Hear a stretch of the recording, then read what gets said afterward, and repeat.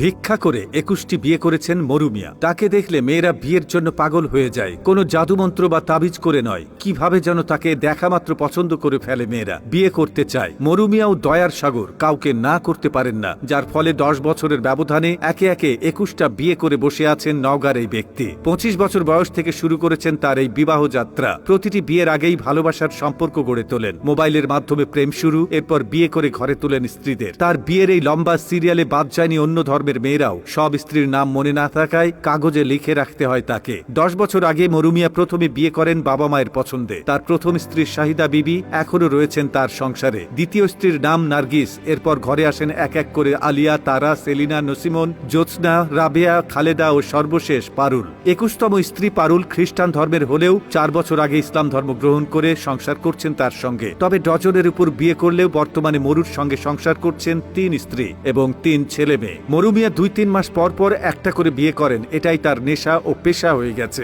নওগাঁ জেলার চক কালিকাপুর গ্রামের প্রয়াত পিয়ার আলী দুখু মিয়ার ছেলে মরু মিয়া। তিনি কেন এত বিয়ে পাগল এমন প্রশ্নের জবাবে জানিয়েছেন, বাবার প্রতি অভিমান আর বড় বউয়ের অবহেলা তাকে পথে নিয়ে গেছে। তবে নওগাঁ জেলার আহলে হাদিস বাংলাদেশের সহসভাপতি জানান, ইসলাম ধর্মে একাধিক বিয়ের প্রসঙ্গ থাকলেও তার জন্য কিছু নির্দিষ্ট নিয়ম ও শর্ত রয়েছে। ইচ্ছে হলেই বউ ঘরে আনতে হবে, ব্যাপারটা এমন নয়। বর্তমানে মরু মিয়া অভাব অনটনের মধ্যে মানবেতর জীবন যাপন করছেন। জীবিকা নির্বাহের জন্য সর্বশেষ